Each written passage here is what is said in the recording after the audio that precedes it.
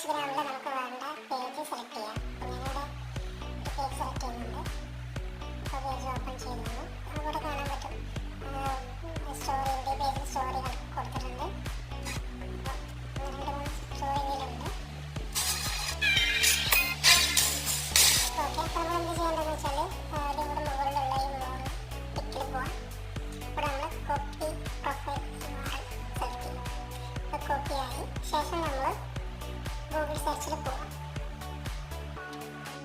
Google search എടുത്തതിന് ശേഷം Instagram story downloader എന്ന് നമ്മൾ ടൈപ്പ് ചെയ്യാം. അപ്പോൾ നമുക്ക് ഇങ്ങനെ കുറേ ലിങ്ക് വരും. ഞാനിതിൽ കാണിച്ചു തരാൻ പോകുന്നത്